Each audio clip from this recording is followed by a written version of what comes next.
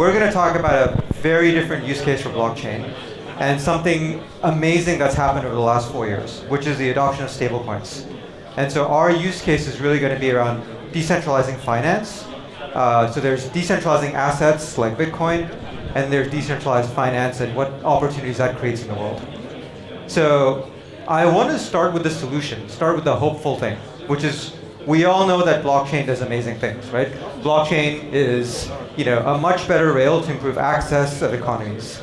So what are some reasons why blockchain is amazing? We are being indifferent. It can be Ethereum, it can be Solana, it can be Polkadot, it can be anything, right? It's open by design, decentralized. That's a really, really important thing. It's permissionless networks, it's more robust, it's accessible for more people who are excluded by traditional finance. Most of the world still doesn't have access to bank accounts, as an example, right? Second is, it's much lower fee. I don't think we have to spend a lot of time on that. Gas fees have come down. Third is, it's much faster finality. So this is a recap of why crypto is amazing, faster finality, and then, of course, liquidity matters. Liquidity in the fiat system is highly fragmented. Liquidity in a blockchain world is much easier to coalesce where it's needed. So getting money to the global south or to use cases in the north is much easier. So what we're doing is actually bringing physics to money, is what I call it. We're atomizing finance. So we're helping make sure that dollars, francs, rupees, yen, peso get on-chain and get access to movement cheaper and faster. Now there's a problem. So we started with a solution. Everybody agrees blockchain is a solution. If you don't think blockchain is a solution, this is probably the wrong conference for you. But now the problem is, how do we get all the money into blockchain, right? So massive amounts of fragmentation. Moving money in the fiat world is very, very hard. Sending a wire transfer from the US, let's say for me to India, or for you from Switzerland to America, is very, very difficult. Going and sending a wire, trying to transfer money, managing currency is very difficult. So fragmentation is a problem. There are so many fiat currencies. Many of them have no liquidity, high spreads, no access. This is the second problem we have to solve for. Third is payment methods. People have modern payment methods like Pix in Brazil, UPI in India. There are old traditional payment methods like ACH in the United States. It's very hard to figure credit card, smart wallet, QR code. People access money very differently. So how do you aggregate all of this together? And then last is, of course, KYC. KYC regime is different in every country. And trying to create global liquidity means you have to create global access to money, which means you have to have some kind of an identity solution. So who pays for this friction?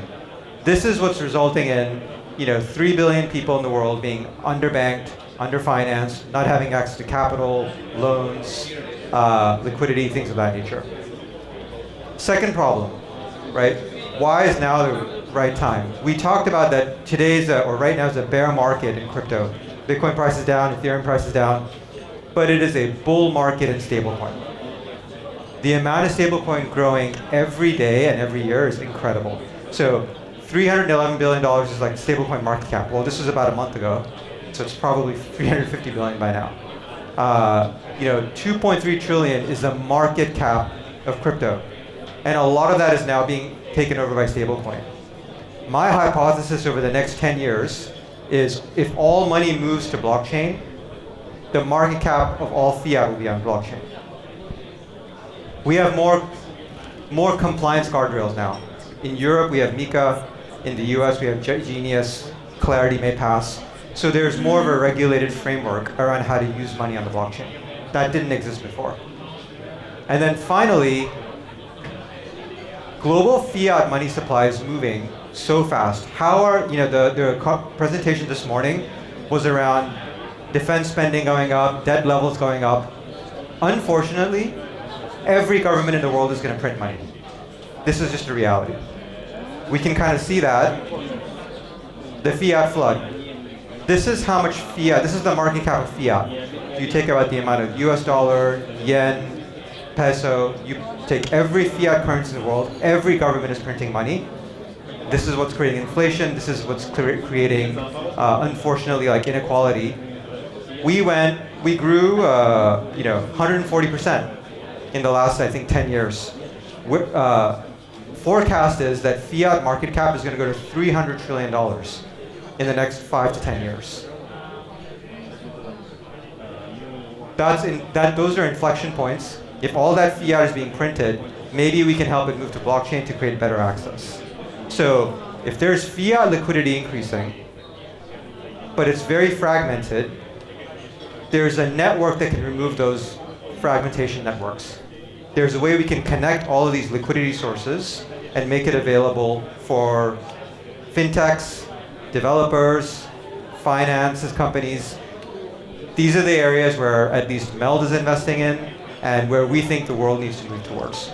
The example I like to use is writing and communication at some point, maybe 3,000 years ago, started on clay tablets. Somewhere in Egypt or Sumeria, people were printing stamps on clay tablets. That moved to papyrus. Papyrus moved to paper. Paper moved to fax machine, if I'm not, postage, and then fax machine, then email, and now text message. Electricity and moving on-chain is the same thing that's going to happen with money. We're going to go from people sending gold to paper money, to digital money, and now decentralized money. And I think this is really what the opportunity is. So this is sort of now going to what Meld helps with, right? We want to make it easy for anybody, anywhere in the world, whether it's a business or it's a consumer, to access stablecoin or convert their fiat currency to stablecoin. So you can be in a high inflation country and maybe your currency's depreciating faster than the dollar, you want to keep USDC. Or it's depreciating faster than the euro and you want to keep EURC, right? So this is what we're trying to help with, and this is the problem we're trying to solve. How does it work? There's a pay-in process. We like to connect all the internal payment rails in any country in any payment method with one single API. It's very technical. We're a developer-facing solution.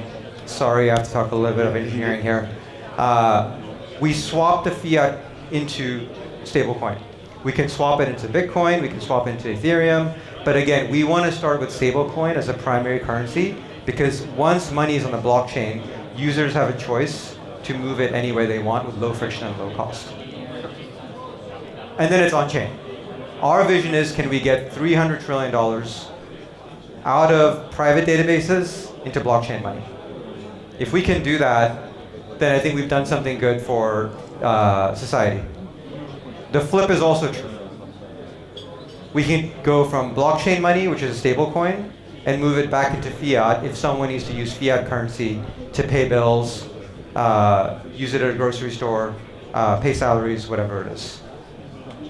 What does this solve for? So I think the thing that's interesting is I'll skip this. So what does it solve for? These are some things that benefits of moving money on chain. Near instant settlement. If you think about some use cases we'll talk about later, moving money immediately, moving money should be like email, but in most countries it's not moving email. Reduce counterparty risk. The amount of money that goes into fraud mitigation, the amount of money that goes into chargeback protection, chargeback risk, that goes away if you have settlement finality. And if settlement finality happens instantly, that's better for all payment companies. Who's paying for payment costs right now? It's basically users and merchants. So all those costs go down. Deterministic execution. This means that you know exactly what pair of currencies are being transferred, and it's all transparent and it's all in blockchain. So you know the spread, you know the fees, you know the rates. It's not something that is unknown to you.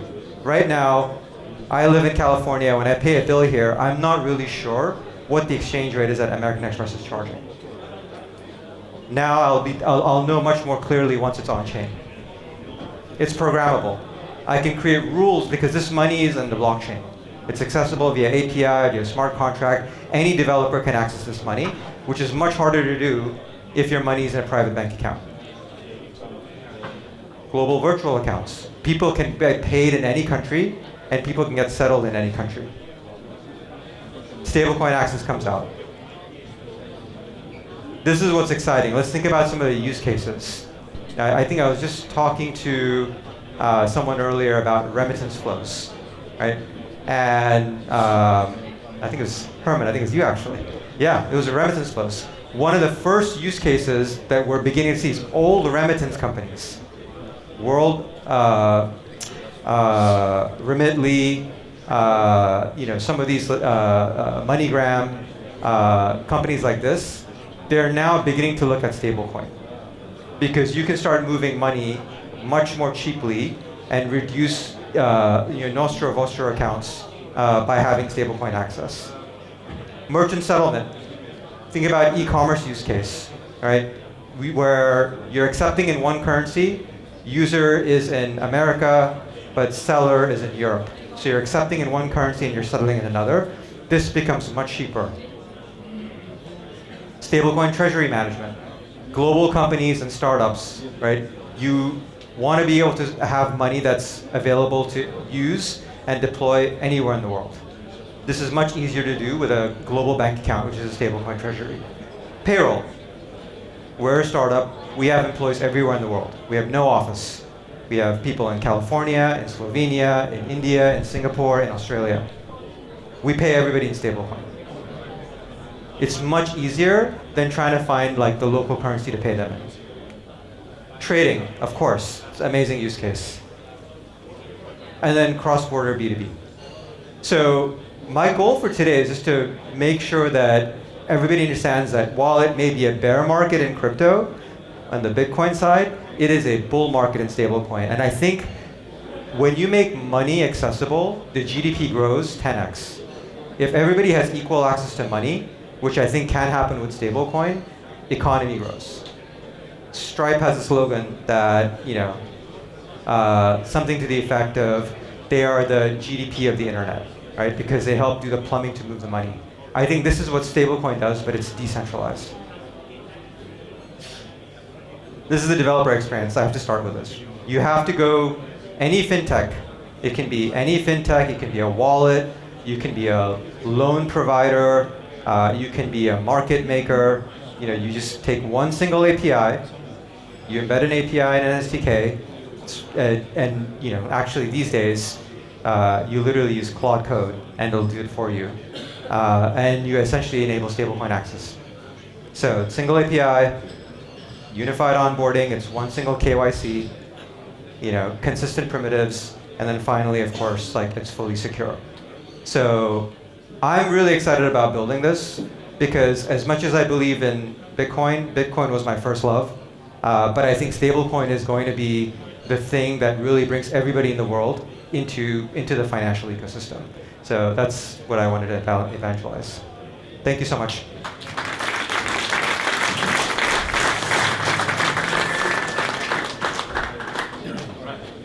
Thank you, Pankaj.